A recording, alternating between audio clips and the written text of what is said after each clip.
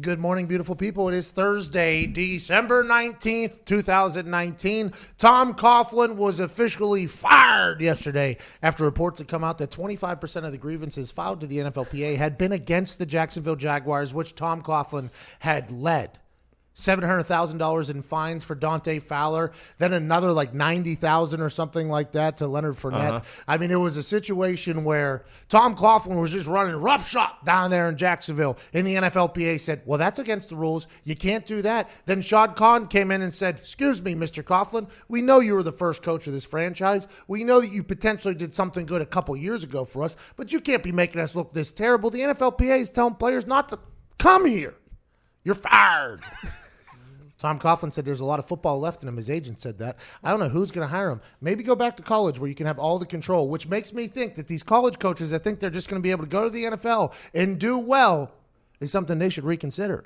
Because in the college game, you're the dictator. You're the authoritarian. You control every aspect of your student human athlete's life. Literally, every single aspect you control. What they eat, how they lift, the class schedule, the workout schedule, what they're doing during the summer, what they're doing the whole thing. In the NFL, it's just a different game.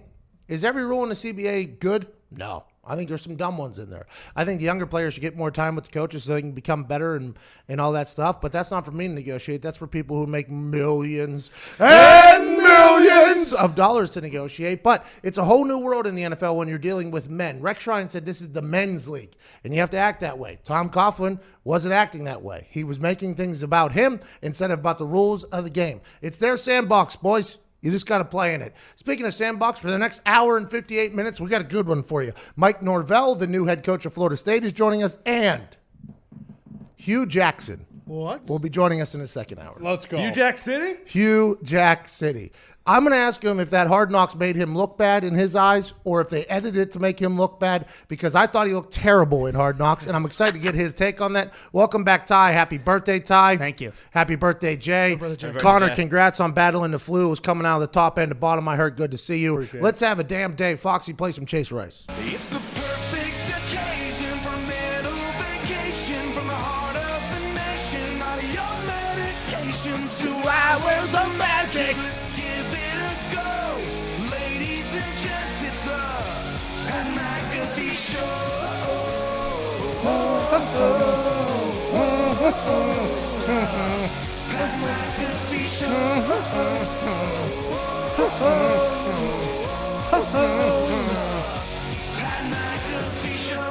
Yes, it is Chase Rice. Thanks for doing that. As I said before the song there, on the chatting couch, old Boston Connor, how you feeling, pal? Feeling great. You know, I had to get some demons out of me yesterday, but much better now. How you feeling, Pat? I feel much better than you look. At Nick Moraldo's on the ones and twos. How you doing, Nick? Good. Just trying to stay healthy over here. Yeah, that's the thing. We got to quarantine these two sickos. And I don't mean that mentally. I mean that actually physically. Between Connor and Ty, they texted me within 5 minutes of each other yesterday stating that they were sick. So I don't think that's just a coincidence. I assume there's something in this office floating around. Ty, very, very thankful and happy that you're feeling better. It sucks that you got sick on your birthday. Yeah, not ideal, but there's a silver lining. I was behind on sleep quite a bit, and I kind of just got to lay in my own filth all day, so that was nice. And you lost, what, 9 pounds? Lost 9 pounds basically in sweat. Nice. So, yeah, Good I needed to do that as well. Yeah, nice little crash diet. Me and Zito this morning were attempting to pick that thing up so we could figure out a ways to lose weight. At Tone Diggs, how you feeling? I feel great. I mean, if you're scared, go to church or get a dog, Nick. Oh, Nick didn't deserve that. Wow. He is getting a dog, though, by the way. Yeah, actually, might go get a dog today. I was thinking about it. Oh, come on. There you go, Nick. That's going to be a mistake. At Evan Foxy, at Viva Lazito, Jason McAfee, and Todd is on the phones, 1-833-622-3331. We'd like to hear from you. Saturday, there's an entire slate of games in the NFL that I will not be able to watch. I'm going to be on ABC on Saturday for the Boca Bowl, and I'm not in the booth. I am a field analyst. So there's like an 80% chance of rain in Boca Raton on Saturday. So I'm just going to be sitting in the rain watching the incredible SMU Mustangs take on the FAU. Ow. I could be wrong. Think. They're a Panther or an owl. FIU, always get them mixed up. Come on. I think it's a Panther. I'm going Panther final Lane answer. Kiffin's old school FAU is taking on SMU on Saturday on ABC at 3:30. I'll be a field analyst just sitting there in the rain, absolutely enjoying the hell out of college football while incredible NFL games are taking place on Saturday. Let's go through that list of games, Diggs. We are starting. The 1 o'clock game is Houston at Tampa Bay. I believe the line is 3. Houston is -3. I am correct. Okay, that a boy, proud of you. The Houston Texans are going to win this game. Only because I feel like this. The Tampa Bay Buccaneers have an incredible coaching staff right now. That coaching staff just so happened to be with me at the Indianapolis Colts for a long time. Yes, Bruce Arians is going to get the acknowledgement. Clyde Christensen is a miracle worker with quarterbacks that's there with Jameis Winston. I think Jameis Winston, by all accounts, has had his best year this year, I think, than anybody could have fathomed. And Diggs will get into an entire segment here about how he feels the Tampa Bay Buccaneers should treat him. But Clyde Christensen worked with Peyton Manning for a long time, Andrew Luck for a long time. He got run out of the building by a former GM, and now he's down there in Tampa. He was in Miami. I guess he didn't do great with Tannehill under Gase, but he really feels like this is almost their swan song, this group of coaches down here in Tampa, and they've been turning it around. But in Bruce Arians' offense, you have to have weapons. You have to have deep play receivers that can make plays. In this weekend, I believe Mike Evans and Godwin are both out. Both out. Both Pro Bowl receivers, I believe, are both out. Which is very difficult in an offense that relies heavily on your wide receivers making big plays for you. So for that reason and that reason alone, even though the Tampa Bay defense has been playing much better than I think anybody could have expected, I think Houston gets a win in which they need to win, by the way. They lose, the Tennessee Titans are right back in this thing for a Week 17 matchup that's massive for the AFC South. I think we'd want that. But for me, I feel like Houston wins this game strictly because of those injuries. Now, going forward, the Tampa Bay Buccaneers have to make a decision with Jameis Winston. He's currently on his contract here. What would you do, Anthony DeGilio, in your mind, if you were, for some reason, I don't know how it would happen, but let's say for some reason you were placed in charge of an NFL team, what would you do if Jameis Winston was your quarterback with what he's shown thus far in the NFL? I think they pay Jameis. I think they keep him, and I think they pay them. Do I think they pay him 35 to 40 like the top tier quarterbacks are getting right now, like Dak's going to get, like Drew Brees is up there getting things, or going to get things like that? No, but if you find a sweet spot, like Jacoby Brissett just got $27 million a year for 2 years. Yeah. Nick Foles got like $25 million a year for 3 years. Derek Carr is getting like 25, 27 million. If you can find a sweet spot around there. Think about how hilarious that is, by the way. It's like considered a good deal, like for the team. Like, hey, if you could pay him only like $23 to $28 million a year for 6 months of real work, that's probably a good deal for you. And that is just mine. Now, it's nothing compared to the baseball contracts. Right. These baseball contracts are next level. But these quarterbacks, this is now this is kind of what we've been saying, right? Where if you have a rookie quarterback on a rookie deal, you have a chance to build your team up around. We'll talk about the Rams here in a second. That's when the Rams crashed, when they had to pay Goff, who was no longer on his rookie contract. He had to get paid, which means you can't pay everybody, including offensive linemen, which has been a big problem for them. And I thought that the new blueprint for success would be rookie quarterbacks, build them all up, build up the team around them, then you can really make a play and play good team football. The Rams did it. The Seahawks did it with the Legion of Boom. And you haven't really seen a lot of teams, other than the Tom Brady's and Peyton Manning's and Aaron Rodgers's and now the Russell Wilsons. And I would assume Lamar Jackson's going to be this way as well,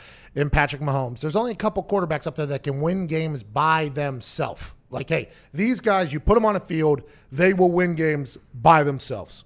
All the other quarterbacks that are good but not great, I think you have to, as a GM and as a team, be willing to pay them like, okay, and as a quarterback, I think they should be a little bit more accountable in their how good they are and say, like, you know what? I don't think I want to screw over my entire team by taking 45% of the salary cap. I'll take $20 million a year, which, by the way, generational wealth, even after Uncle Sam gets it, $10 million a year there. For 5 years, that's $50 million you're getting for your family and yourself. You can live like me and have a great time like that. And I am very reckless. I am very reckless with mine. You could live a hilarious life and still be good with that. But it's going to take something with the NFLPA, their agents, and everything to dial that in. Do you think Jameis will be able to say, you know what? Yeah, I will take a much smaller price than what everybody else is getting just so I can continue to have a job? Or do you think his agent and the NFLPA are going to say, you can't do that because if you take a smaller deal, that means the next quarterback's going to have to take a smaller deal? Yeah, me saying this, I'll though, is me thinking that Jameis will realize that he has not been a top-tier quarterback for his entire Has career. Jameis been a self-aware person? No. exactly. No. If he's known for one thing, it's making great decisions. Well, and all right. self-awareness. And But I think he looks at himself. Maybe his agent gets to talk to him like, "Hey, you have two of the top 10 receivers easily in the league right now. You got this new coaching staff in. Bruce Arians, he's molded Roethlisberger and Luck and Carson Palmer. You guys are on a 4-game win streak. So he's the only quarterback in the history to go back-to-back with 450 yards. Yeah, I mean, he's leading the league in yards and I believe completions, and he's second in touchdowns behind Lamar Jackson. First in picks. Yes, first in picks. That is the one thing. But like, no risk it, no biscuit, pal. That's Bruce Arians' but that might help. offense. That might help with the contract negotiations and the cap's going up. So it's like, hey, if you could get him in that 25 to 28 range, Sweet spot. And also, by the way, you can pay the offensive line, which in the Bruce Arians offense you need, because that's a lot of 7-step drops. It's a lot of he's going deep with that thing. And if you could build up an offensive line there, maybe he's in a much better spot. and they don't pick till 17th. So it's not like you're probably not getting a stud quarterback in right away. So with all this offensive talent around, at least you know you have a guy who can make all the throws. Yeah, he's going to make some dumb decisions, but maybe you could get him out. Are of you there. running that Twitter account? You sound like the guy that's running that. I am who people thought was the GM's ghost account. That's not what the term is. Burner. Thank you. Same thing. Jameis Winston, how the media ruined the start of a Hall of Fame football career. Yeah. I mean, I do contribute. That account, by the way, tweeted me that last week. I felt pretty good about it. Yeah, well, they're going to tweet you again after hearing this. They got their ears I don't know. to the ground. And there's like, who else is out there? Like, maybe if you get Teddy, like if you could get Teddy, like if he doesn't go with the Saints, if they decide to save Drew, maybe. But like, Jameis can make every throw. In Bruce Arians' offense, that's what you need. I don't think, but if you look his stats this year, forget the picks. Like I think to his agent and to him, that's going to dictate. Like, hey, I deserve $35 million. I deserve $40 million. I threw for 5,000 yards this year. It goes back to what you just mentioned. It like. If they give him all this money, their defense stinks, okay? They need to shore up that big time. Their line's not that great. Yeah, they have incredible receivers. And Jameis, he doesn't stink. I mean, he's in that middle tier, but he's not one of those elite guys. If you give him that max contract, guess what? They're going to go 8-8 or 7-9 for the next 4 to 5 years. Like if Arians, which is what they do, by the way. exactly. Yeah. If Arians is as good of a coach as we all think he is, then why not like franchise Jameis next year? Maybe pick up someone in the draft, and then Franchise is a lot of money. It is, but at least you're not pot committed for the next 5 to 6 years. You know. I would love to see Jameis have a little self-awareness and realize that he's not going to get that $40 to $50 million that everybody else is going to get, and just be like, yeah, I'm okay taking 15 to 20 million. I'm build up this team. Let's have a good time here. Bruce Arians took that job because of Jameis Winston. He's known him since high school. So I think Jameis and Bruce probably have a very good relationship, which is good news for all parties down there in Tampa. They've shown signs of success. If they have to draft another quarterback or get another quarterback, it's a whole new rebuild in Bruce's offense. But if you find a guy that can throw the ball and you don't have to pay him, you can build up the rest of that team. That can be very good. I think they're going to be in an interesting spot. We like Houston, though. I like Houston winning that game because they don't want to have to that Tennessee game in Week 17. They don't want it to mean something. And if they win this weekend, it doesn't. And competing against the Boca Bowl. Okay? Correct. Boca Bowl kicks off at 3:30. This game's on at 4. So I think it's a bad decision by the NFL to compete against the Boca Bowl on ABC at 3:30. Kicking off at 4 is Buffalo at New England. Buffalo is getting 6.5 points right now in New England. The over-under is at 36.5, which was the exact same it was for the Buffalo-Pittsburgh Steelers game. That will obviously went under at 17-10. I think we're going to see a very similar game here. And honestly, I like the Buffalo Bills with the points. I even took them money line because it's plus 230, just good odds on there. Yeah. But I really like Buffalo plus 6.5 here. And I don't think anything tells me that this is the week that the Patriots offense is going to get going. I honestly don't. Maybe N'Keal Harry and them and Josh McDaniels and Julian Edelman and the boys have gone to work and everything like that. And maybe the Pro Bowl, first time missing the Pro Bowl since 2008 for Tom Brady, has really put another chip on his shoulder. But nothing tells me that this is the week the offense is going to get going, especially after watching that Buffalo Bills defense in person last week. Yeah, and I am also taking the Bills, but I'm not taking a money line. I'm not as brave as you. I'm going plus the 6.5. It's the 16-10 was the first game, right? Yep. And Josh Allen got hurt, and Matt Barkley came in the second half. Yeah, he almost messed around and beat us too. I know. I can see it's the same thing. 13, 16, 10. The Patriots offense stinks. The Bills are 6-0-1 against the spread on the road. I mean, Hey, lock it Daddy down. Todd. Lock it down. Todd stats back here. That is very good stats to have in your back pocket. And the reason is because They've been an underappreciated team Mm-hmm. because their wins are on national TV or against teams that they're like, that team isn't that good. But their defense has been such a lockdown They're the only ones that could contain Lamar Jackson. They contained Lamar Jackson. They contained Mark Ingram. And it's because that defense is so damn good. I got a chance to chat with one of their D-line coaches whenever we were in Pittsburgh there. And just chatting with him. It was a good catch-up. He used to coach for the Colts. And good dude. Great dude. Tierlink. And we dapped each other up. I'm like, hey, this defense is the truth. He said, hey, we got something. He was like, great. He's like, we feel good about it. He said, well, they got good players that also feel good about the system. We talked to Lorenzo Alexander, and he talked about how the team knows the system, right? And how the team's been around each other for a long time and how they like each other. So they don't only know the play calls, but they know the why. That's a massive deal. That's a massive deal to know that, hey, if I disguise here, I know that I'm being covered here. I can do this. I can mess around and do this. They're very comfortable. Sean McDermott and the Buffalo Bills. I don't know how the Buffalo Bills had this much patience with Sean McDermott, but it looks like it's paying off. And this weekend would be massive for Bills Mafia to go into New England and get a win. And I'm not saying it's going to happen. I'm just saying the odds are plus 230 right now if you want to put money on the money line. But, man, that would be another celebration at the airport with another selfie going in the museum if they get this win. I'm excited to see because this is the first time in probably a long, long time that the Patriots play a meaningful division game in December. Like, if they lose, they have to beat Miami in Week 17, which Ryan Fitzpatrick. I don't want to face him in week 17. He'll mess No around. way. He'll mess around. Ryan Fitzpatrick, Week 17, got nothing to play for. Wait till you see what he's doing to his body. He's going to run his face right into Kyle Van Noy's helmet while throwing a ball. I mean, that's what Ryan Fitzpatrick does, and the Bills have a chance to do that. Flores would love to win that game, too, just to shove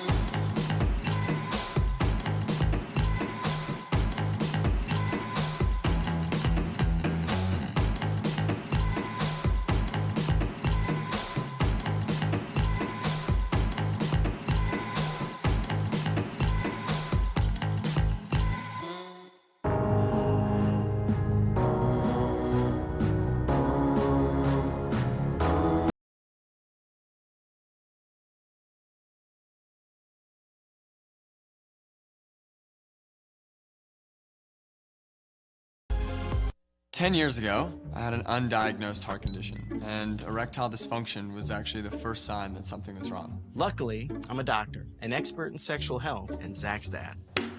Not everyone has a doctor in the house, and some health conditions can be really tough to talk about. We started Roman to change that. Now you can go online and chat with a physician. And if treatment is right for you, we'll ship genuine medication right to your door. If you're experiencing ED, hair loss, cold sores, or other issues, let's take care of it.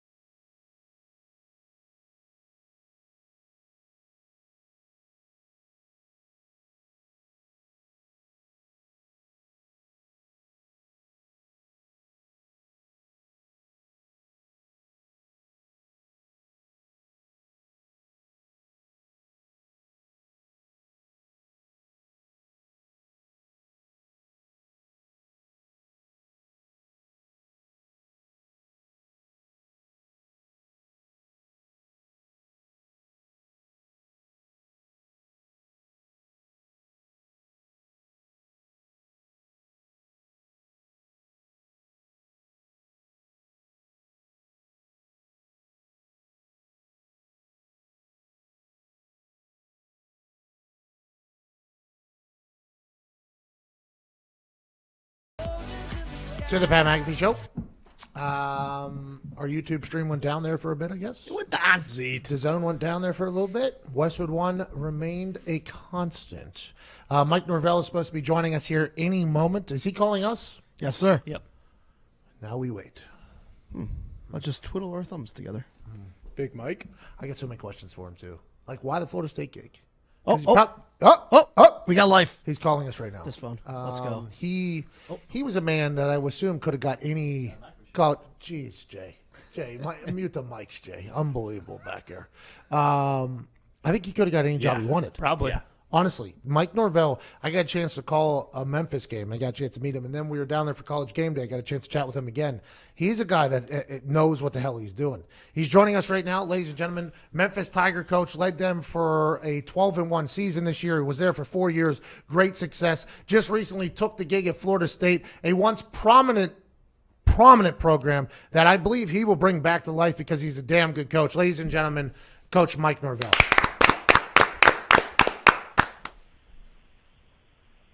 Morning, Pat. How's everything going? Coach, everything's great. How are you? Down in Florida State, getting after it down there in Tallahassee? No question. I guess it's my 11th day on the job, and we've been in full sprint mode since the minute I hit the ground. So it's been great. Had a really good signing day yesterday, and just honored to be here. Okay, so whenever you get a gig like Florida State, now with this early signing day, is your role to find all the commits that were already committed and keep them there, or are you trying to find new players and sell them on what Florida State is going to become under Mike Norvell? Yeah, a little bit of both. And, the first part of it is the evaluation of what's in place. And we've got a great group of young men that are currently on our roster. There were another group that was committed, and, try to evaluate, how you see them transpiring through this change and what we're looking for. And then, there's also the part of, what you're looking to attract. And so we had a little bit of both in all phases of that here this last 10 days. And it came together there on signing day. We were able to hold on to guys that were committed. We were able to get a couple guys that had decommitted, back on board, and then we were able to attract some new faces that I think are going to be great additions. So it was definitely a lot of time that went into it, but it was the pace was pretty crazy. Getting a chance to meet you and see your operation at Memphis, not only at game day, but whenever we called your Memphis Tigers game, and then all of the success that you brought to Memphis and everything like that, your name would have been up for every single job in college football. Every single one. Everybody would be like, maybe we should go get Coach Norvell. Why Florida State? Because everybody talks about how Florida State was once this incredible program, and it was. It used to be must-see television back in the day. It's kind of fallen from grace a little bit. What did you see in the Florida State gig that said, you know what, this is where I want to be. Let's go ahead and turn this thing back to being a great program? I think all factors were a part of it. Any decision I've ever made in my life really come down to two things. It's one, how I believe I fit the place, and then two, is it going to be a great decision for my family, and can it be a place that we can create a family atmosphere for what we're going to do and how we're going to move forward. And so, and then Florida State checked all the boxes. Since I was 13, I remember when I was 13 years old, the first piece of college memorabilia I ever owned was a Florida State national championship license plate. And that was the only thing that hung on my wall. And to think that I now have an opportunity to lead this program, it's something that's still surreal to me. But even beyond that, the tradition, the brand, I think this is one of the most iconic brands in all of college football. I truly believe that for college football to be right, Florida State needs to be a national contender, and it needs to be relevant in that discussion. And there's a lot of hard work to get there, and it's gonna be a process. And every day we're going to have to operate in a with a mindset and approach of maximizing the potential that we have. But when you look at our fan base, the place where that I get to live each and every day, the wonderful university to recruit student athletes to, I mean, it really checked all the boxes. And beyond that, when you get a chance to meet the people, I mean, from the leadership, from President Thrasher to our athletic director and David Coburn, board of trustees, I mean, everybody believes in what this program can once again become. And I'm excited that they chose me to be able to lead that mission. I didn't know a damn thing about the American Conference before this year's Thursday Night Football. And then after getting a chance to watch and to learn about it, it's a very good league. The American Conference is a very good league with a lot of talent, not only for the players, but also coaches. Now you're moving into the ACC, which has been Clemson's domain. That's just the way it goes. How does a Florida State team or any team in the ACC try to compete with what Clemson has been able to do? Jeff Collins at Georgia Tech just got a great signing class. He's a recruiter. I mean, you look around the ACC. Mac Brown is doing good things at North Carolina. The ACC is about to become not only just a Clemson-dominant football conference, but altogether it really feels like it's an upswing in the ACC. How are you going to compete with them? Is it all recruiting, or do you feel very good about your scheme and the way you coach your players up? I think when you're a part of a great league, all those things matter. You can be a great recruiter, but if you're not a developer of men and putting them in a position to schematically achieve, then it's hard to be at an elite level. And that is our focus. We want to work to be elite in everything that we do. I can tell you that the type of student athlete that we can recruit here, the resources that are in place, the coaching staff that I'm in process of assembling will be as good as any in the country. And with that comes great expectation and great challenge. There's no doubt that you look at the success that Clemson's had over the last few years. I mean, something that should be respected, and it's something that it provides opportunity for growth. And I can tell you, I'm standing within a program that we have a group of student athletes and coaches that are excited about what the future holds, and we know that we're going to have to maximize every day. So I think to answer your question, it takes all, and I'm very confident in what we do and how we do it. We're going to work every day to put ourselves in the best position.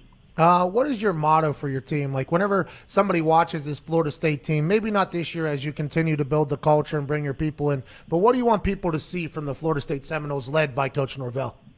I think it's all about our climb, and every day, we're aspiring to be the best version of ourselves. We know that, we are starting at point zero, and wherever that is, whatever that looks like, all we can control is what we do with today. And if we can focus on 1% growth each and every day, stacking those on top of each other, I'm not looking at a 4 or 5 year plan. I'm looking at today, and if we can be the best version of us, players, coaches, everybody involved, and I believe that we will be headed in the right direction. And so we're going to focus on that climb and truly just a step that's right in front of us. That's awesome. Diggs, go ahead. Coach, what's going to be your involvement in the bowl game for Florida State? I'm here. Right now. My job is 100% personnel, and that's something that I've been out to practice. I'm actually heading out to another one here in just a minute. But I'm in the process of evaluating personnel, getting to know our players. I'm meeting with every player on our team this week, just to get to know them, and obviously attracting and recruiting personnel with players, and then also with coaches. And I'm excited about where we are. We've got a couple more positions to fill, and just organizing things for the best opportunity for us to be moving forward here in January. But I'm going to be there to support, but I will not be involved in the game. Coach Odell Hagens has done an incredible job as the interim head coach, and he's gonna obviously finish it up here with this team in this game. And this game's not about me; it's about this senior class and them finishing out in a special way there for this opportunity to have in front of them. Is it awkward? Is that awkward or hard to do? You see something that you might, you're a hell of a football coach. I mean, you've led nothing but success everywhere you've gone thus far. Is it awkward or hard whenever you see something not to be like, but you kind of got to wait for it? Yeah, I mean it is, but I mean also I respect the process. I respect the work that these young men have put into it. The coaches that have been a part of this season. I don't. It's not my place, and it's not my. I'm going to help in any way that I can. I am available. I went out and was watching practice, and I'd be lying to you if I said I didn't give any encouraging tidbits to kid or two. But it's I'm a teacher, and whether I'm involved in the scheme or not, I mean I know what good football looks like, and I know that if we can help focus on the little tiny fundamentals, whether it's a senior that I'm never going to get the opportunity to coach, or it's a freshman, it's all about the growth of the student athlete, and that's what I'm about, and that's what I'm going to continue to be about. As we jump in and start our process to lead this program where we want it to go. When you meet with the players and you're trying to learn about them, and I assume they're trying to learn about you, what are you asking them? What are the questions? Are you like, hey, if you were a kitchen appliance, which kitchen appliance would you be? Or is it like, hey, what are you here for? What do you still like? How do you get to know them? Is it like a job interview? Yeah, I usually always ask them about themselves, and it's funny. It's like they think it's a trick question, but I just want to know about them, because everybody has a story, everybody has a background, everybody chose Florida State for a reason, and then I also tell them the reason that I chose it. And these young men, they did not pick me. I'm not naive in that, but I did pick them. and I'm here for a specific purpose. And when we talk about having a family atmosphere, we talk about the importance of relationship. Well, if I couldn't take the time during even a crazy week of signing day and hiring coaches, if I can't take 15 minutes with every player on this team to get to know why they do what they do and where they come from, then I'd be a fraud. And I've got to show them with my actions how the importance that they have. It was one of the toughest decisions that I've ever had to make in my life, not coaching in the Cotton Bowl with that Memphis team, because it was that is my family as well. Even though I've changed addresses, those kids will always be able to count on me.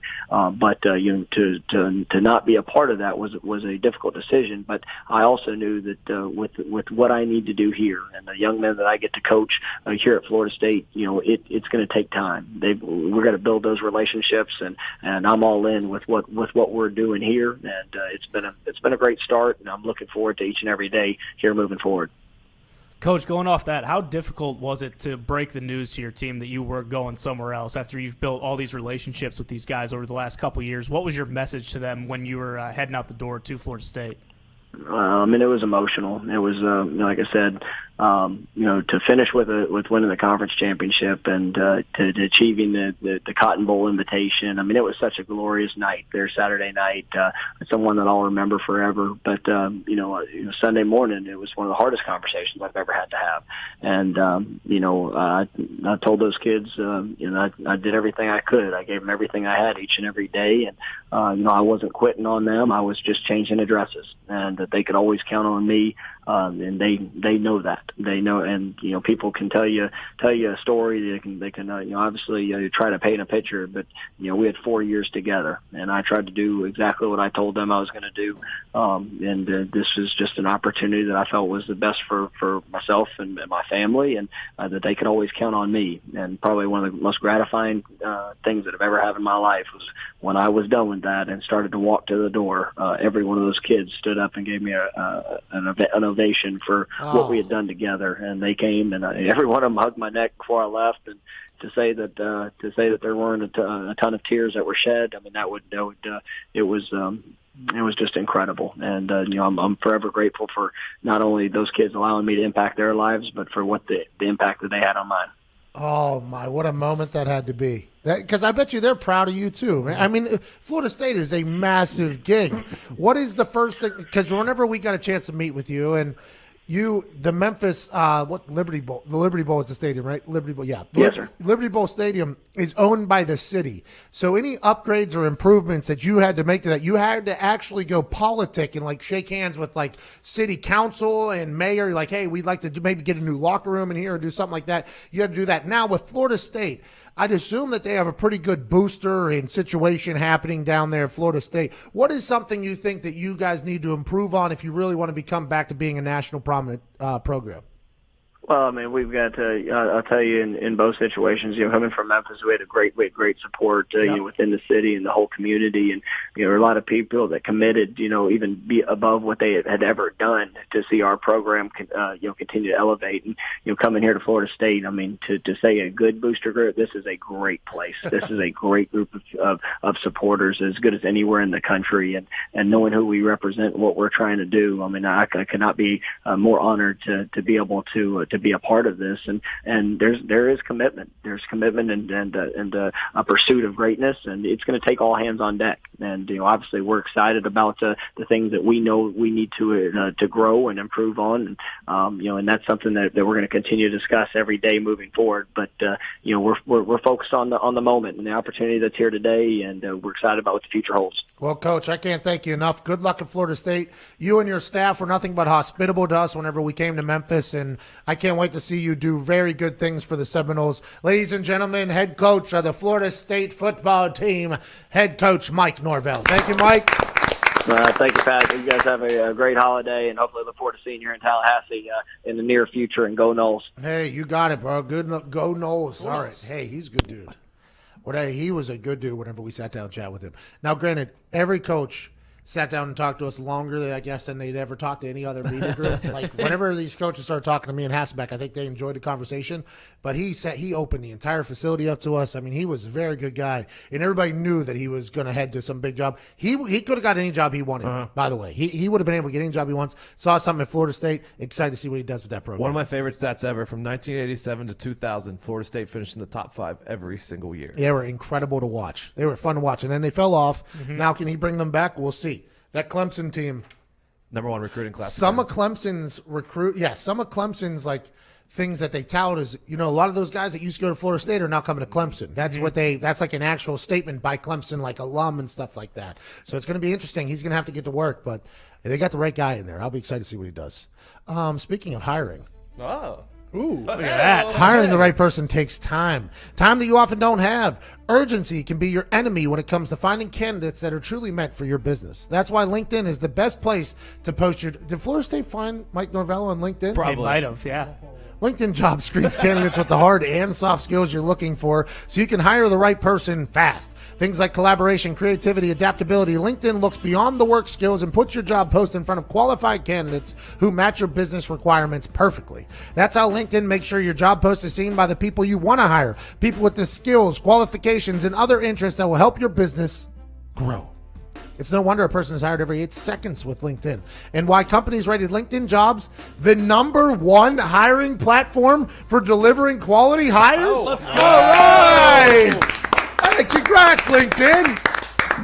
Find the right person for your business today with LinkedIn Jobs. You can pay what you want and get the first $50 off. Just visit linkedin.com/Pat. Again, that's linkedin.com/Pat to get $50 off your first job post. Terms and conditions obviously apply. We'll be back on the other side with a Zito quote of the day, phone calls, and wrap up this first beautiful hour. You're listening to the Pat McAfee Show.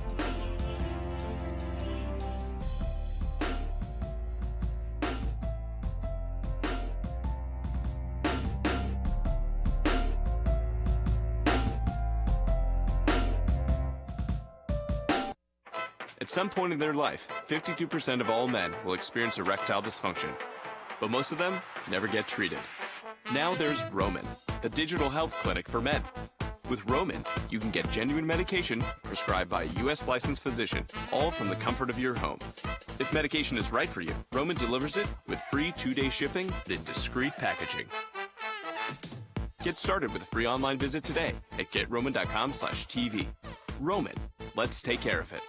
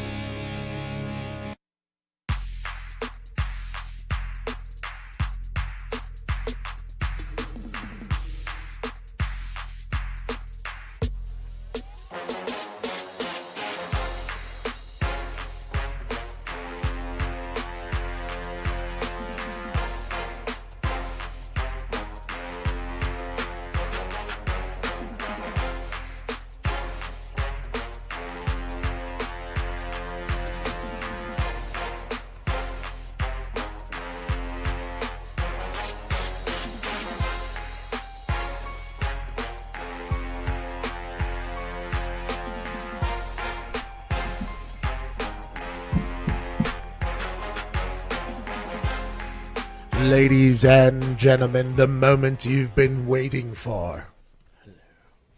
Thursday, December 19th, 2019 was just an average day until what's about to happens. Ladies and gentlemen, the Zito quote of the day. Here we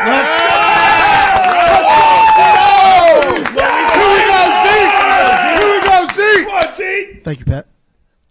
I have to destroy myself so the real me can emerge. Back to you, Pat. You should give who gave Who gave the quote? Zeke? Oh, it popped up on the screen, but it's by Liv Morgan. We're also a radio show. All right.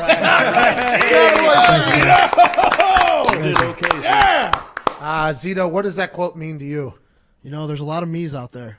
I think I have to destroy them all and make a new one. Thanos. Just don't know. If Don't that's think it. that's what the quote is. Who's Liv Morgan? Oh, come on. Tony. I was going to ask the same question. She's a WWE superstar. She and likes to yell a lot on the mics. she yells very loud during the watch-alongs. Oh, yeah, okay. That dude for That Liv. AEW last night was With the hands in the pockets. Orange Orange Cassidy. Cassidy. Incredible. Zachary in Hanover Park, Illinois. What's up, boss man? Hanover. Oh, Zach. Zach. Rough reception over there. Zachary. Zach. Z-Man. Hi, Matt. Sorry about that. Phone was on hold. Hey, I was wondering what's going on with this. My name's Pat. What the hell just happened, Zach? Matt McAfee. Zach, come on. We got like a minute left, Zach. Sorry, I was wondering what's going on with the Chicago Bears. The playoffs are over now. They're wondering what's going on with on, Matt Ryan and Trubisky. Sorry about that. No problem, Zach. Zach's going through some stuff. He needed that quote more than anybody else. Good thing you did that for him. I think they're going to fire Nagy. Whoa. That's what I think. I think Bring him on. Nagy's out. I think there's going to be a new coach. I think they're going to keep Trubisky for another year. He has another year on his contract. Yeah, they're going to give him another shot with another coach to see how he does, and then it's going to be maybe another year of disappointment or back to the old Mitchell Trubisky who was good. Greg Roman might be a good fit there. Oh, shut up. Run that offense. Why is that a bet? I don't think Greg Roman's going to leave. I don't know why he he should not. would. He should not. But Enjoy this run. But with if he Lamar. wants to be a head coach, True. 10:55 here. We got to get to a break very soon. We'll be back on the other side. Hugh Jackson on the other side. Can't wait for that. It's going to be riveting. Yes. You're listening to the Pat McAfee Show on this beautiful Thursday, December 19th.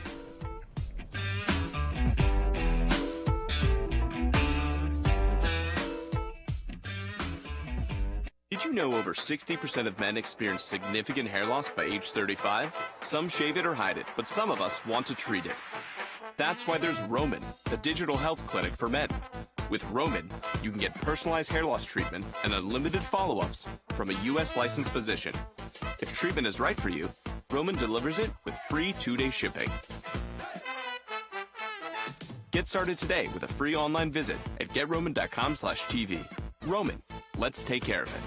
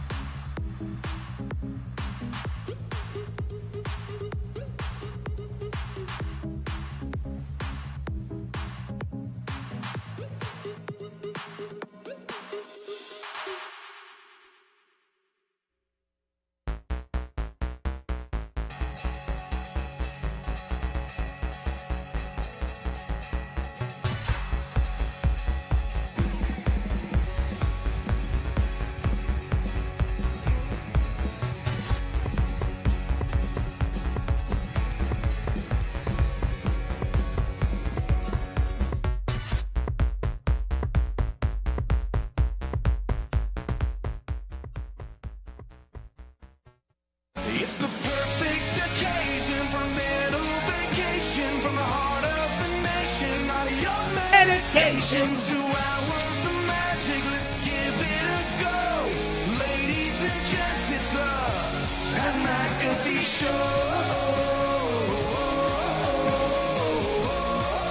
It's the Pat McAfee Show.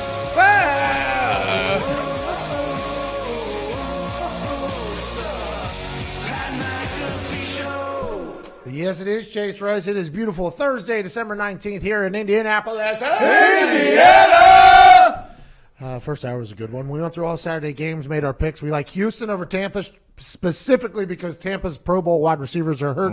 In Bruce Arians' offense, you need receivers that can go and get it. We talked about Jameis potentially getting an extension down in Tampa after this year, and we all agreed that if they can pay him a moderate price and get him at the right price, probably the right move, especially with Bruce Arians saying he took that gig specifically because of Jameis Winston, which I can respect. Kind of a swan song for that coaching staff that's been together numerous times. They've really done some good things for Tampa. Would like to see that continue to grow. I assume Buccaneers fans will. We'll see how that goes. We like Buffalo plus 6.5 in New England. That's going to be a dogfight. We believe Boston Connor, who's sitting on the chatting couch, is going to be there this weekend. Can't wait to hear your voice on Monday after yelling all day Saturday at Foxborough. Yeah, it should go well. I mean, it's going to be a barn burner. This is the season here, you know? This is a big game for the Patriots. Huge. First time in a long time, the Patriots have a massive divisional game at the end of the season. Can't wait to see how that goes. We're all betting the under, we believe. 36.5 is the over-under. And we all like Buffalo plus 6.5, which probably means it's going to go over, and Patriots are going to blow out the Bills. But I still like the Bills plus 6. A little gambling 101. When the total is that low, 36.5, it's hard to cover a 6.5 point spread. You know what I mean? Yeah, because if you put ipso facto. With our kicker, too. What's that? I mean, our kicker has not been consistent, to say the least. Miss an extra point here or there. Covering that 6 points. Really quick. We talked about the LA Rams San Francisco game. A lot on line for both teams. The Rams can still backdoor their way into the NFC playoffs if the Vikings go on a 2-game slide. Nothing says that they will do that, but there is a chance still, so there's a lot to play for. Playing on Saturday before any other information comes out, they're going to have to give it a go. And the Niners still have home field advantage. All these games are on Saturday. We are here on this beautiful Thursday in Indiana. At Nick Moraldo's on the ones and twos. At Tone Diggs is here. Ty Schmidt, Jason McAfee, Viva Lazito, Evan Foxy, and Tom McComas is on the phones. We'll get to more phones after we have our conversation with Hugh Jackson in 12 minutes. We have some breaking news, though. Yes, we do.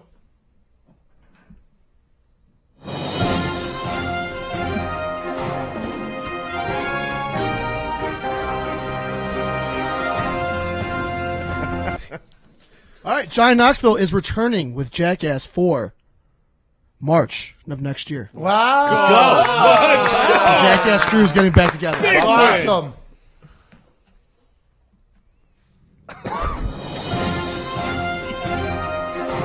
There has to be a smoother way to do all that.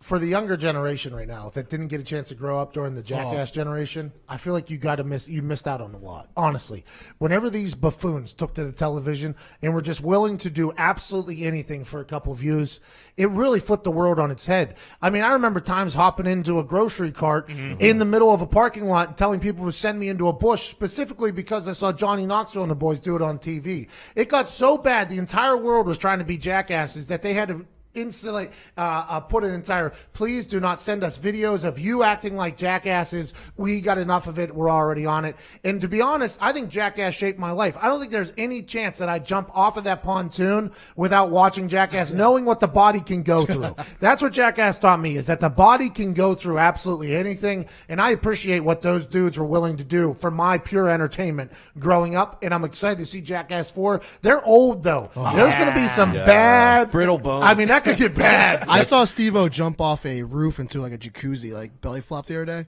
I think he still's got it. Steve-O still got it, always will have it. Remember, he was a clown in the circus, and he was a guy that was willing to do absolutely, I mean, it took quite a toll not only on his body, but mentally, physically, emotionally. He's come out on the other side of it, happy for him.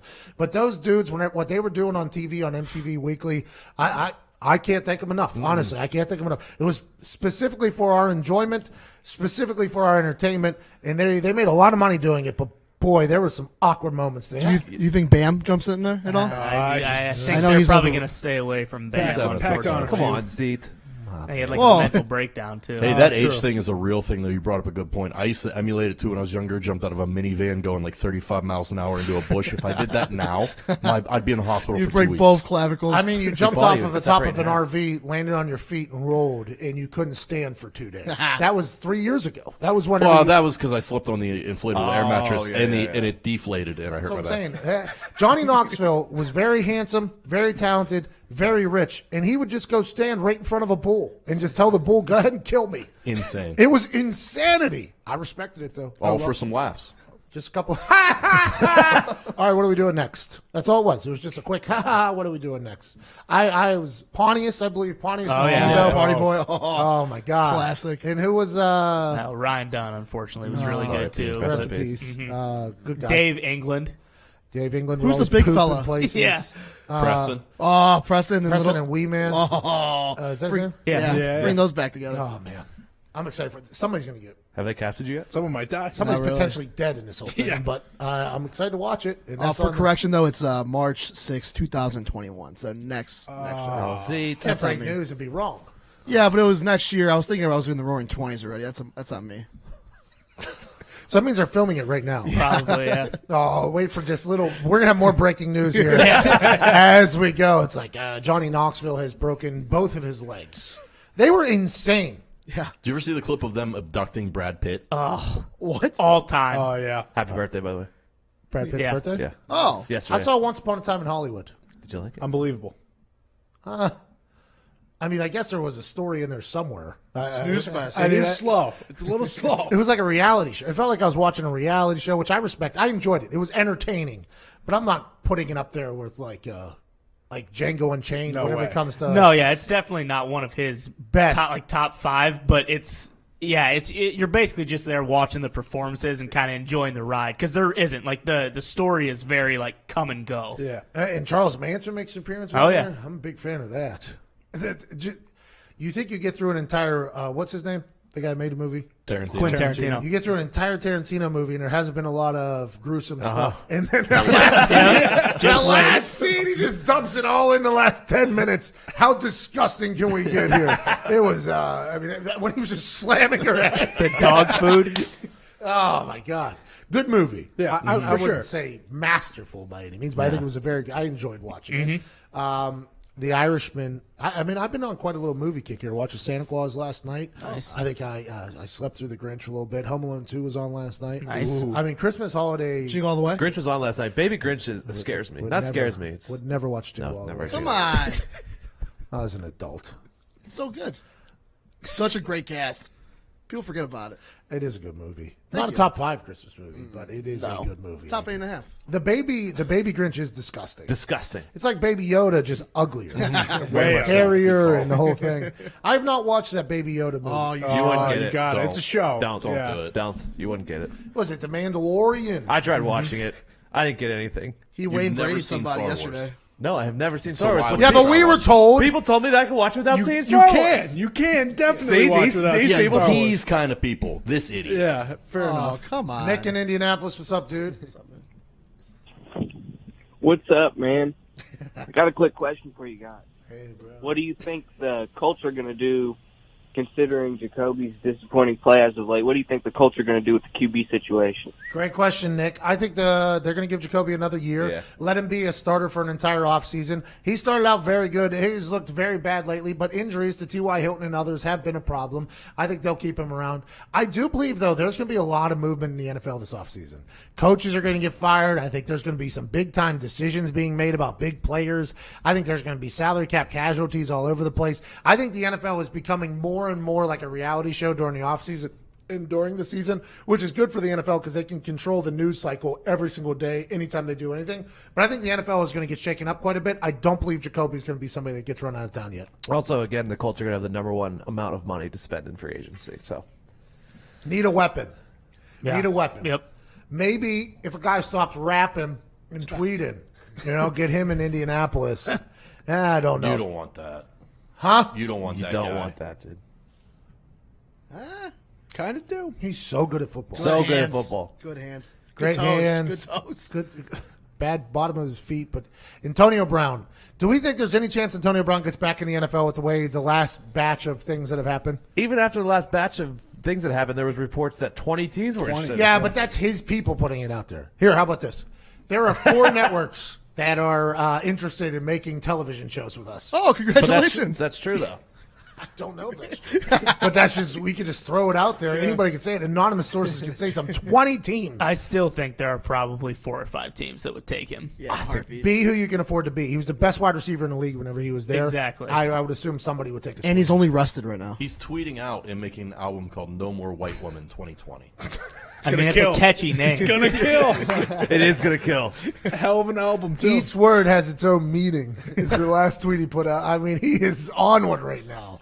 But whenever he's on the football field, damn good at football. If he can stay away from all the stuff off the field, I would assume that somebody would sign him, but somebody will take a shot on him. Somebody will take a flyer on him. Normally that would be like the Raiders or the Browns. Speaking of the Browns, when we get back from the other side of this break right now, we have Hugh Jackson joining us, who has been rumored to head to Arizona State to get back in a coaching game with Marvin Lewis and Herm Edwards. He's also was the guy who was supposed to do the Colin Kaepernick workout, and we all saw him on Hard Knocks. It wasn't good. The Browns weren't good. I'm excited to chat with him, maybe get his side of this whole thing. We'll get to that on the other side. It's 11:12. You're listening to the Pat McAfee Show. I mean, what happened there? Wasn't obvious. A little slow. Just let the real me emerge. What? Let's read the quote again. You're listening.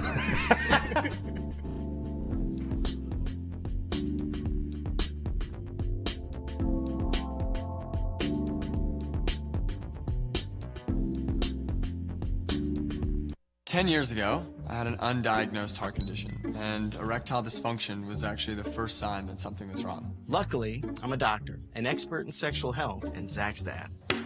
Not everyone has a doctor in the house, and some health conditions can be really tough to talk about.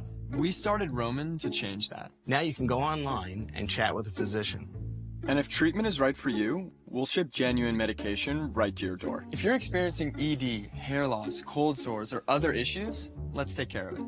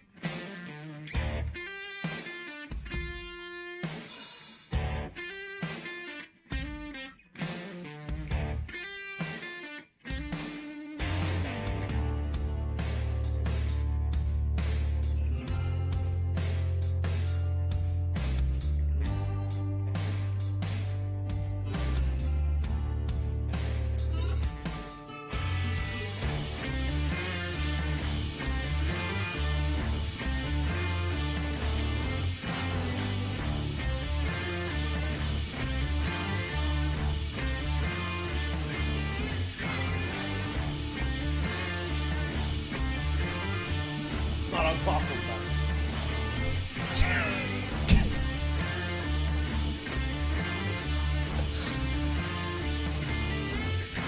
Jeez. Welcome back to the Pat McAfee Show. This is Pat McAfee. That was Diggs you overheard there on the hot mic. We're going to be joined by Hugh Jackson, I believe, in the next couple moments. He's on right now. Well, maybe not technical difficulties. Excited to chat with him about a lot of things. How come it is so difficult to win in Cleveland? Why is it so difficult to win there? All the pieces seem to be in place this year, and they're not winning. Last year, I mean, nobody's going to say they had a great roster, but Hugh wasn't able to win there. Nobody's been able to win there. It's been said that you haven't coached in the NFL until you've been fired from Cleveland. This man has. He's been out of the game for a year now, did some media stuff. It's been rumored that he's going back to Arizona State to help out with Marvin Lewis and Herm Edwards, who have done a great job with that team in the desert. Can't wait to chat about Hard Knocks and everything like that. Do we have him on? Yep. Ladies and gentlemen, joining us now, former head coach of multiple places, Hugh Jackson. Hello, Hugh.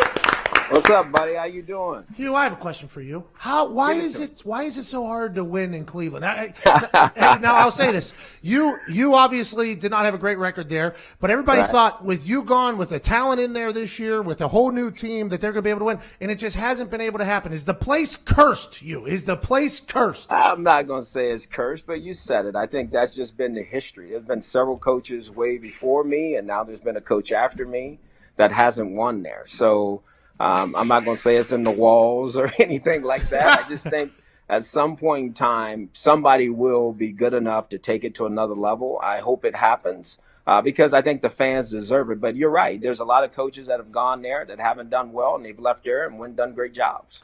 Okay, so did you enjoy the Hard Knocks being a part of because I think it's already hard enough to win in the NFL, especially in Cleveland, especially when you maybe hadn't had a winning season in the past couple of years. Then you add in potential drama with HBO. I did not think that Hard Knocks did a great job of making you and the entire thing look good. It's almost like they were building up a storyline. Do you regret that Hard Knocks was in there in your last year as a head coach of Cleveland? I don't. I mean, I know a lot of people have said just what you said. I don't regret it because I know what we as an organization was trying to accomplish. I really thought that it was going to make us be at our best all the time. I think it's a couple ways to look at it. In my mind, we were a loss-averse organization that hadn't won a lot. So we needed to be put in the best situations we could be in to be at our best all the time. So when the season came, we hit the ground running, because normally guys don't want to be embarrassed when they're on TV. Guys don't want to do something that all of a sudden people are going to make fun of. And I wasn't worried about what the storyline was about me. I understand the scene that everybody thought was a big deal. But I would think if people know football, and I know you do, Pat, that I discussed all that stuff about how we were going to practice players, how we were going to do players way before that episode. So I thought it was really difficult for me to think that we were even having that conversation in that meeting. Yeah, obviously what you're referring to is you and Todd Haley talking about who was going to play and who wasn't going to play in practice. It's it felt like everybody had this image about the Cleveland Browns, and then HBO almost was like, all right, everybody knows what to think about the Cleveland Browns. How do we make it look like this completely dysfunctional franchise? It almost felt like they did that. It felt like they did that. And for you, I didn't know anything about you, but watching it, I'm like, man, this guy is either not deserving of a head coach job, or the HBO people are editing this in a fashion to make him look bad, because showing a beef between a head coach and an assistant coach is just specifically trying to make you look bad, because that happens everywhere. No doubt. Yeah. No doubt. Now, that part, I do agree with that. Yeah, because it happens everywhere. I mean, this is something that happens in the NFL. There's beef, and that happens. And them showing it in the way they did, I thought they made you look bad. Mm-hmm. I appreciate that. Hey, no problem. Okay, so let's move forward. What has this year off been for you? Have you? Man, this has been the first time off in 32 years. It's been rediscovered a lot of things. My family first and foremost, and found some other things out in the world that I liked. Got involved in a tequila business. Yeah, grandly into tequila. It is unbelievable. And so I've had a great time doing that, but I'm ready to get back on the grass. Okay, so I talked to Chuck Pagano. Whenever he was out of the game for a year, he said that him and his wife were going crazy, right? He was like, I haven't been around for a long time. He said he started watching film again as if he was a coach, just kind of studying to stay on top of it. He couldn't wait to get back into coaching. I assume the same thing's happening for you. Is Arizona State the place you're going, or are you going to try to get back in the NFL? No, I'm gonna try to get back in the NFL. I've spent a lot of time, at some colleges, University of Maryland. Obviously, went down to Arizona State, Penn State, some other places. But I spent a lot of time with Jim Haslett, who's in town, so we get a chance to watch video. I've been all around, the country a little bit, seeing football. So I'm excited about getting back in the game at the National Football League level, and let's go. What went wrong in Cleveland, you think, that people should know before they hire? Before a fan base, right? So if you get hired to a team, the fan base is going to be like, hey, like I said about Hard Knocks, not making you look good, but also with the lack of success in Cleveland. What do you think went wrong? What did you learn from that situation that you'll carry into your next gig? Well, the first thing I would say to any fan who's concerned about what I would do when I come is that there's been a lot of coaches before me that went to Cleveland, and somewhat the same thing happened. And all of a sudden, their careers didn't go in the tank. So give me a chance here. What I learned is that you got to do what you think is best. And what I mean by that, I should have never relinquished the offensive coordinator position of calling plays. That's how I got the job. And that's what I should have done to keep the job. And I think I would have put the team in a better position to move forward and would have did a better job of putting Baker in position to have success. So I take full responsibility for that. You got to do what you know you can do and do it as well as you can do it. And I think if I would have done that, I probably wouldn't be sitting here today. What do you think about Baker Mayfield? There's been a lot of noise outside of football with Baker Mayfield. He's the best actor in the NFL. His commercials are incredible. But anytime you do all of that stuff and you don't have success, automatically critics are going to come in. This year they have not had a lot of success. Their expectations were high, not a lot of success. That's where disappointment comes flooding in. But you know Baker a lot better than all of us do. What do you think it is about Baker that maybe will either get him to bounce back after this year of failure, or do you think there's going to be much more of the same? No, I think he'll bounce back. When we drafted Baker #1 overall, and I sit on the table for it, I think the guy's a tremendous football player. Now, you can see fundamentally, maybe there's some things that he's not doing as well as he did in year one. Why that is, I don't have that answer. I'm not there to say. But talent-wise, leadership-wise, moxie, passion for the game, determination, he has all of that. Okay, and he can throw the ball with anybody. So somewhere there is a disconnect, and where that is, I think, has got to be found to get him back to being what he was. But it's in there, and they got to go find a way to get it back out of it. What type of coach you think could bring the best out of Baker Mayfield? Oh, no, it's got to be a coach that's going to be really detailed with him, a coach that won't back down, a coach that's going to push him to go be great. Because deep down inside, that's what he wants to be. But you know how it is, Pat, when some certain coaches are coaching some of the best players in the league, they all of a sudden don't coach them. Yeah.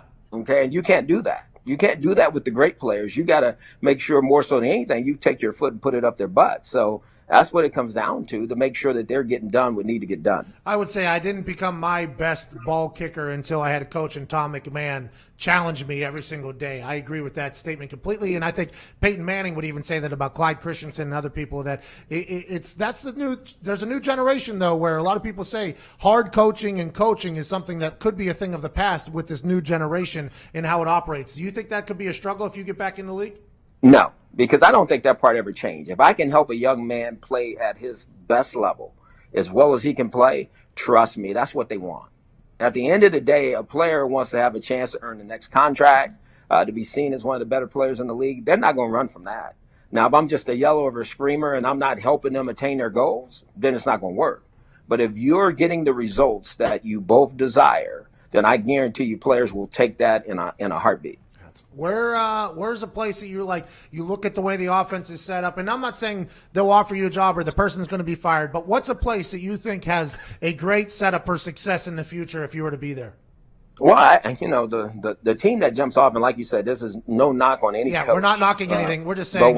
But when I look at the New York Giants, with a young quarterback and a great runner, okay, and in my mind, needing a few pieces here and there, I mean, they have a tremendous opportunity to be special. When you think of the Washington Redskins, young quarterback, again, a real good offensive line, another young runner. So those things to me are important because I've learned being in this league, you better have a quarterback. If you don't have that piece, it is hard to win in this league.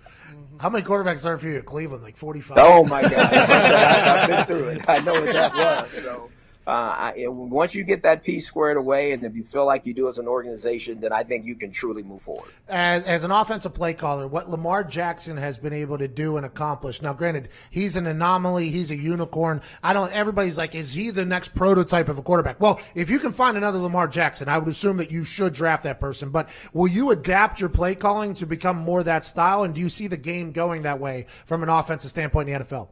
Absolutely. I think you have to. When you have a guy that's as talented as he is, that can do all the things he can do, running the ball and throwing the ball, you have to adapt.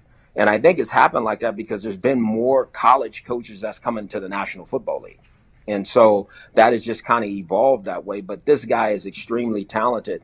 There might not be another guy like him, but when I think of the young man that's at Oklahoma this year, he's not probably as quick as Lamar is, but he's a strong runner, a good passer, and a very sturdy body that, I think his stock is going to rise because of what people have seen Lamar Jackson do this season. Okay, so the four quarterbacks out of college that everybody's talking about is Joe Burrow, Tua, Jalen, and then Herbert from Oregon.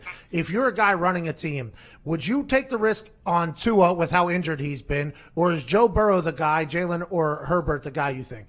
Well, I think I got to go look at all of them first and foremost, like you mentioned, and what is the vision of the organization? What are we trying to accomplish? Are we going to be a team that's going to throw it all over the yard and we have those kind of receivers already in our stable?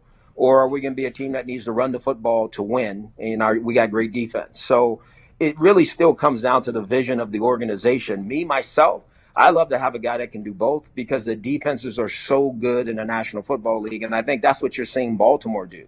They're able to do both things, and their quarterback is so special doing both things, it makes it hard to defend.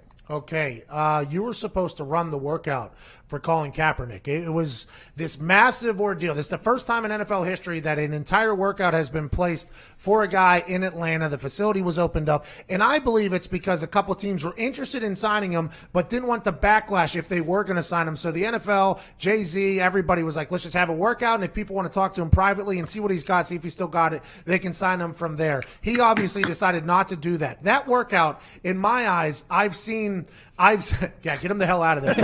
My dog is growling. I'm sorry. I'm normally good with dogs. My voice, I can understand it could make him a little bit frustrated. That workout, though, I've seen players have to do workouts to make it on teams. A lot of cardio, a lot of conditioning to see if they can still hang. And if they were to be dropped in a game right now, would they be able to survive? The workout I saw him do by himself there 60 miles away, not a lot of cardio, not a lot of conditioning. You were supposed to run that workout. What was it going to look like? And were you excited for that opportunity, not only for yourself, but for Colin?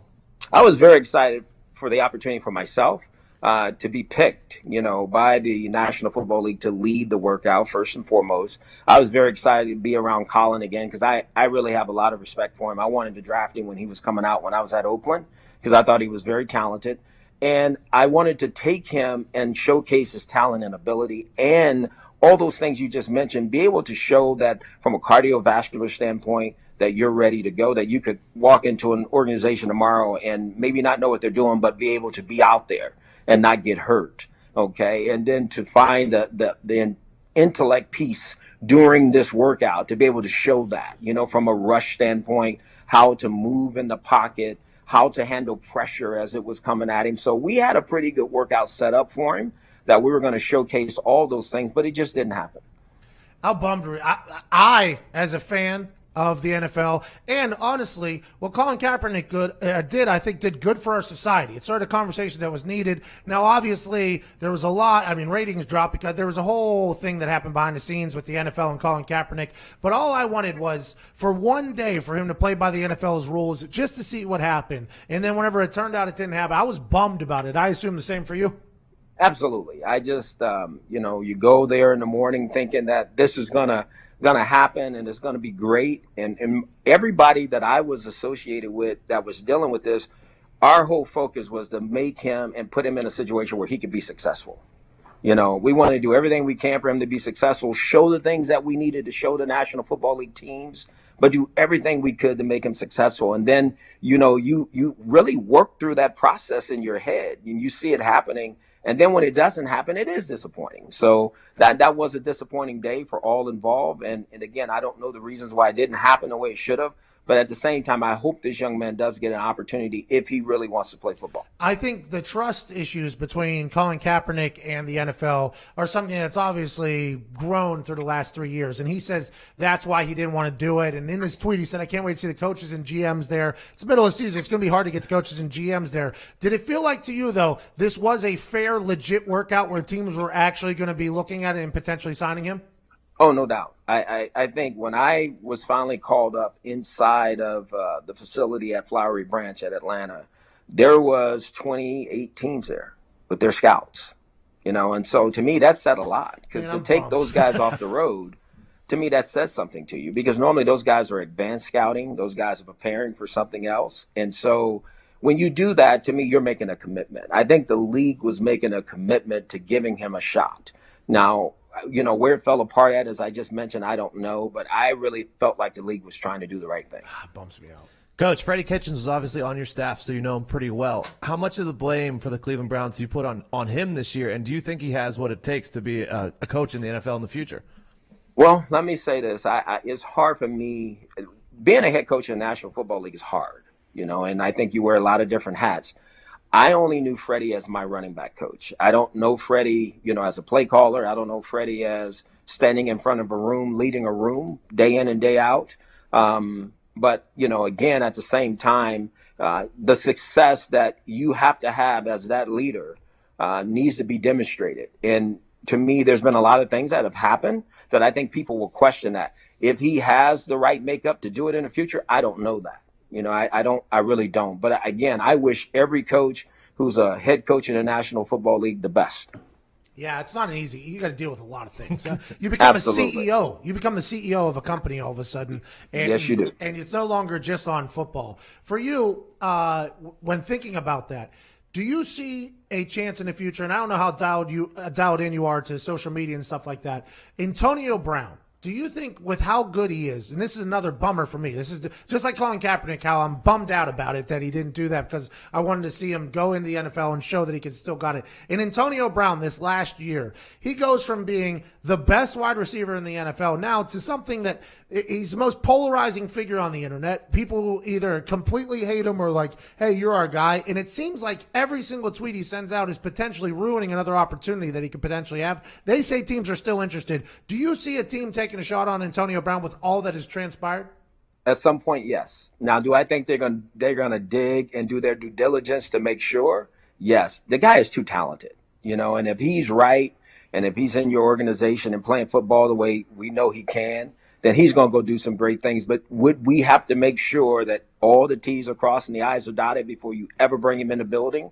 Absolutely. I mean, you owe that to the other men that are in the locker room. You owe that to the organization. So there's a fine line there. There's no question. But this guy is arguably, like you just said, one of the best receivers that have played the game. It's tough. I hate watching it. Hugh, I want to let you know, Hard Knocks painted you in a bad image. I didn't know you from anything, and I was like, I don't know how this guy does it. Having this conversation with you, I'm very thankful you came on this show. I'm excited to see what you do in the future, and I hope that tequila company does very well for you. I hope you become George Clooney. I hope you become George Clooney, a billionaire in that whole thing. Absolutely. That's the plan. But no, I appreciate it. And that goes to show you what people think, the way people paint people. People really don't know people until you get to know them. So that wasn't me. I know that's not me. And I know my other coaches and the players, they know that's not me. So at the same time, I can't wait to go back and have a chance to prove myself a different way. Hey, a nice revenge tour is a beautiful thing. You know what I mean? Absolutely it is. Where are you at now? Do you have a house in California out there? I'm in Cincinnati. I'm in California at times. I'm in Arizona at times. I'm in Florida. Hey, this tequila company keeps you moving. Hey, well, cheers to you. Salut. Good luck with everything, and thanks for joining us. Ladies and gentlemen, Hugh Jackson. Thank you, man. Thank you. I liked him a lot more than they portrayed on HBO. Yeah. Honestly. Yeah. I'm being 100% serious. Whenever I saw him on HBO, and now I should have been more woke to the fact that editing can make you look in however an ASAP Rocky is experiencing this today.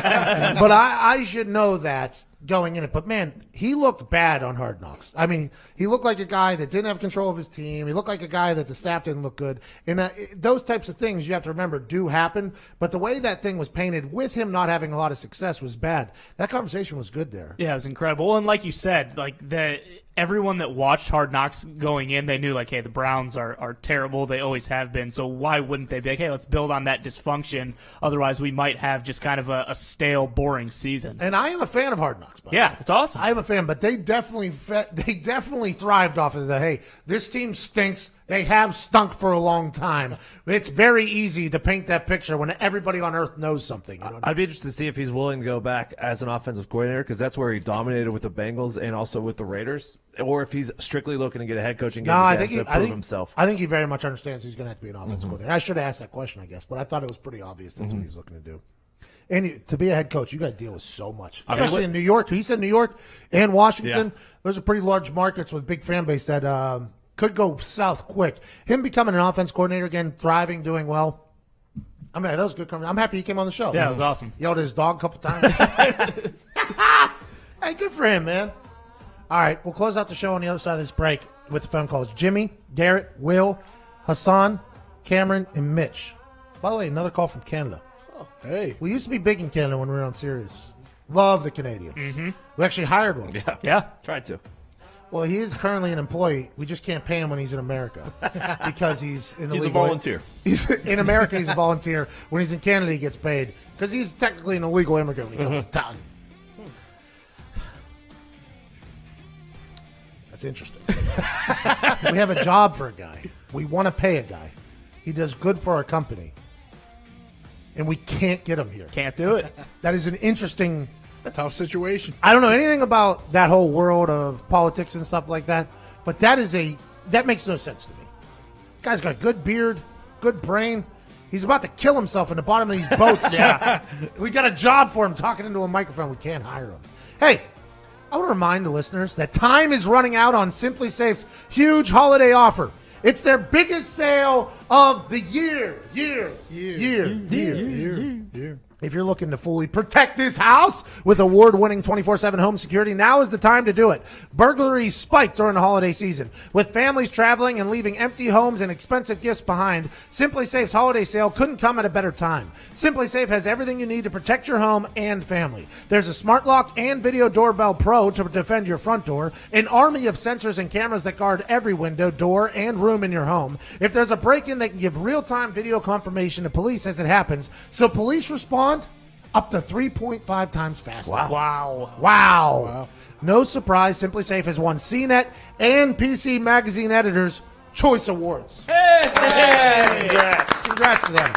Simply Safe made a holiday offer with listeners of this show in mind. 25% off and a free HD security camera, but it ends December 31st. They rarely do deals this big, so now's your chance. Visit simplysafe.com/Pat. And remember, this sale ends December 31st. Go today. SIMPLISAFE.com/PAT. $15 a month for comfort and security with Simply Safe. Free HD security camera right now. Let's go.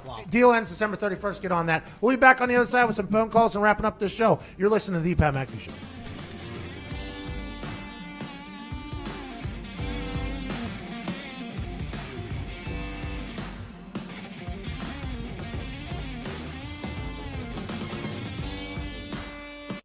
At some point in their life, 52% of all men will experience erectile dysfunction, but most of them never get treated. Now there's Roman, the digital health clinic for men. With Roman, you can get genuine medication prescribed by a U.S. licensed physician, all from the comfort of your home. If medication is right for you, Roman delivers it with free 2-day shipping and in discreet packaging. Get started with a free online visit today at GetRoman.com/TV. Roman, let's take care of it.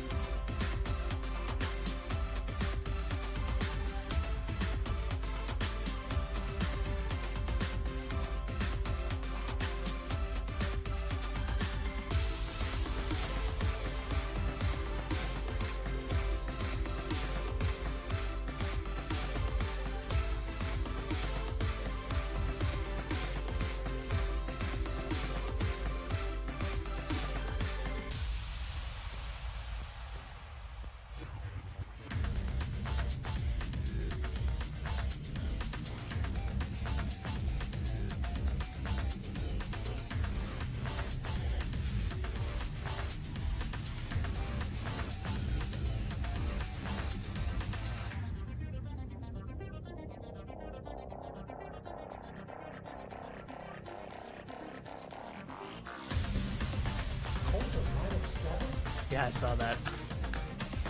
It's tough. Let's go. Good for us. Welcome back to the Pat McAfee Show. Thursday, December 19th. Before we get to the phone calls, let's do some NBA talk here. Hey. Basketball talk. Boston Connor, what do we need to know about what and who's doing what? We got Bucks Lakers tonight. This is the battle of the two best teams in the NBA. It's going to be a good one. Okay. Giannis, LeBron. Okay. And we got Clippers Rockets, another Western Conference battle. Kawhi Leonard versus Jimmy Harden. Should be good. And everything is running through the Western Conference this year. Is that correct? Yeah, basically. I mean, the East, it's okay, but after the Bucks, it drops off. Who's going to get MVP? Someone on the Celtics. Isn't LeBron James having like the year of his life right now? Yeah, him and Giannis is probably going to. You were doing so well. Luka's in there too. Luka's in there. You too. also Luka got admitted hurt. that after the Bucks in the East, it drops off. So you admit the Celtics don't have a chance. Well, I mean, that's a different story, all right? Don't get me started on the Celtics winning the NBA championship. This is a lot better NBA talk than the other day when we attempted to do Much better. I'm very surprised and happy that you swung it back. Let's go to Will in Dallas. Will, what's up, buddy? Hey, Pat, how's it going? Not too shabby. Just good, man. Hey, I just want to let you know, look, I am a Vikings and a football fanatic, okay? So I'm going to let you and your boys in on a little secret. I highly recommend put those future bets in. We're winning it all, okay? It's happening. You got Captain Clutch and Kirk Cousins. Yes, he's clutch, and he's going to get it done. But I will move on and kind of answer the question here. Look, like I said, I'm a fanatic. I know that when the Vikings lose, my whole family knows, don't talk to me till Wednesday. I'm furious. I'm upset. I'm in a bad mood, right?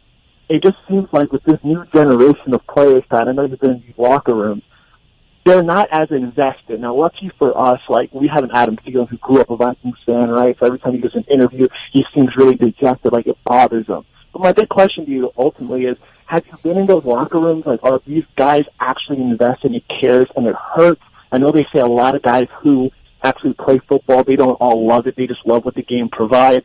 So I just want to know, like, is it... Okay, so what he's talking about is something that I have found very interesting with this new generation. It's like the jersey swap generation here, where after a game, after you battle, you go and chit-chat with the other team. You laugh sometimes on camera after a loss. When a team and a fan base, they live and die, their happiness lives and dies with the success of the team. So that can obviously optically not look great.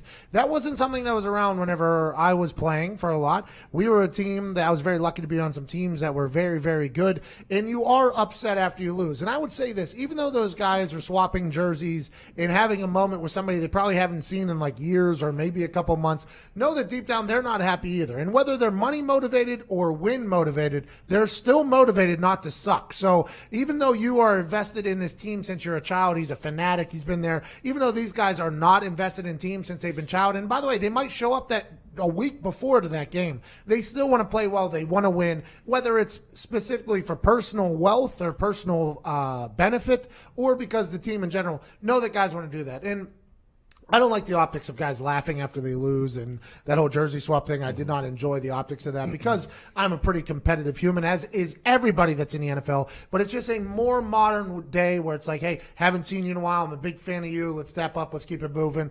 But a lot of those guys you see doing that haven't been fired yet either. So a lot of those guys haven't lost their jobs because they stink. Know that that's probably going to come around at some point for a lot of those guys. Yeah, because most of the people, whether they're 3-13 or 14-2 or whatever, they're still putting their play on film for their next contract and stuff like that. Yeah, and a lot of people, young players in the NFL, don't understand how much of a business it is because their entire lives they've been the best players on every team that they've been. If you're happy after a loss, normally that means you're not that important to the game. Normally the people you see that are having a good time after a loss aren't that prominent of players. Their mistakes in the game weren't the reasons why they lost, which means they're probably not that big of a deal. Those guys are probably going to get cut at some point, and they'll learn that this is an NFL as a business. But also, some guys are just nice. You know, some guys are like, hey, good to see you. Great game by you. I'm going to move forward. They got to the NFL for a reason. They're obviously competitive. They're good. But I think it's just a new generation of being a little bit too optically happy. Which, by the way, social media generation, you only put out your best face. Yeah. Also, if you're a fan of a team and you're still distraught to the point that your family has to talk you off a ledge on Wednesday after a loss, you're a loser. Whoa. I disagree. Swing. Well said. Whoa. Well said. Jeez. I mean, get over it, pal. You didn't play in the game. Relax. I disagree. Your thoughts on the Vikings taking them as a future bet to win the Super Bowl? Diggs, you doing it? I did it before the season. You did. Yeah, what's your pick? Dalvin Cook's hurt, I believe. Yeah, So maybe it's gonna be tough. maybe not going to play this week or next week. They could lose both and not even make the playoffs. Well, so. that's coming from a Packers owner. Let's remember that. Just But, saying, yeah. Jimmy in San Jose, what's up, pal? Hey, how's it going, guys? Real quick, I just want to congratulate you guys on your Emmy moment. I've watched it about 100 times, and I laugh every single time, so it's amazing. Also, on Monday, you guys, Pat, you said the Steelers probably aren't making the Super Bowl, and I just want to make the quick point. Why?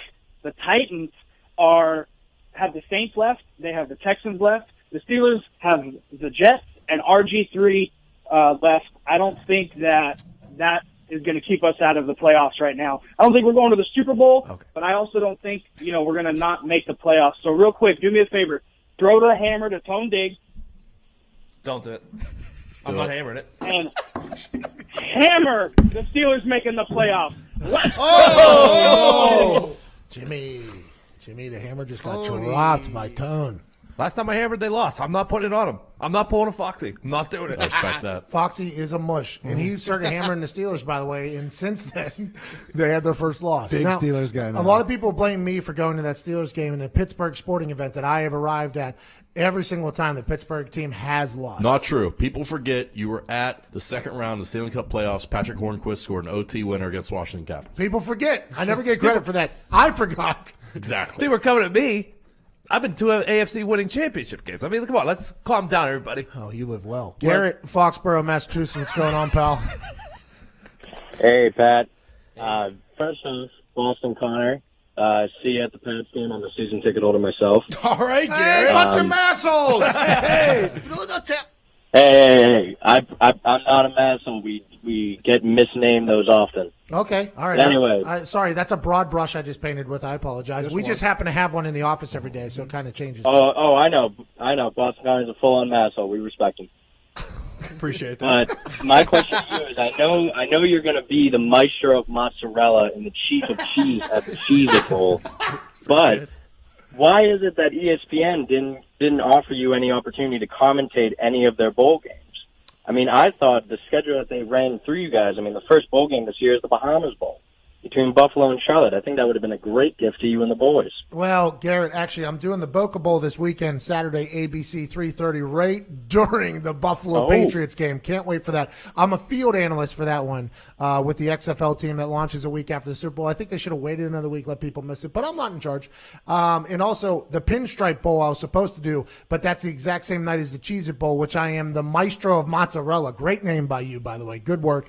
Good wordsmith by you. But it's okay with me. I'm completely okay. And I get a Boca Bowl. I get the Cheez-It Bowl. I have a good time. I appreciate you, though, Garrett. You're the best. Let's go to Hassan in Toronto. We got about a minute left. What up, Hassan? Good morning, Pat. How's it going? And good morning to all the guys. Hey, Hassan. Hassan. Love this guy. Hassan. We're big fans of Hassan over here, pal. Thanks. It's the love. I must say, Pat, looking good with that gold chain. You need a fur coat, and then you'll be Macklemore. Good to go. I think let's get that for the next episode. Don't do it. So there's two theories I want to talk about, and I don't know how true they may be. But the first one, since after the Emmy moment, the epic, duck whistle, Duck Hodges is not undefeated anymore. Is there something going on? Did we do something to rattle him? It's a coincidence, a superstition. Who knows? So I don't know. Gone full heel. You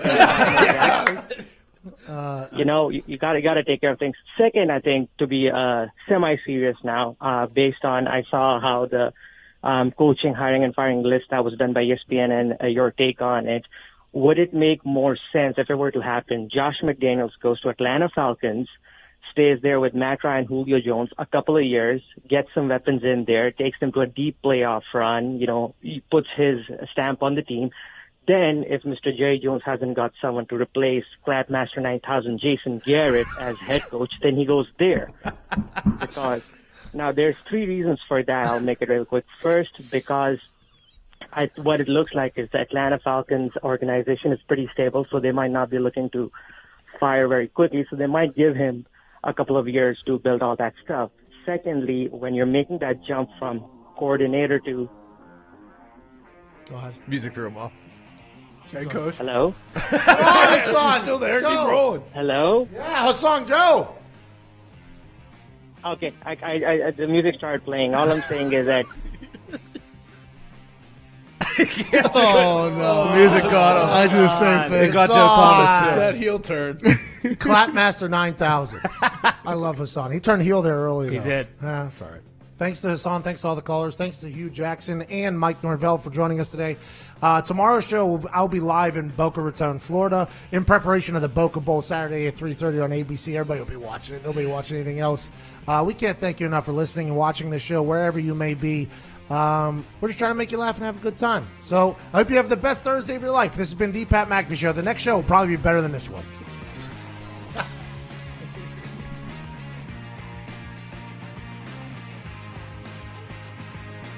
Did you know over 60% of men experience significant hair loss by age 35? Some shave it or hide it, but some of us want to treat it. That's why there's Roman, the digital health clinic for men. With Roman, you can get personalized hair loss treatment and unlimited follow-ups from a U.S. licensed physician.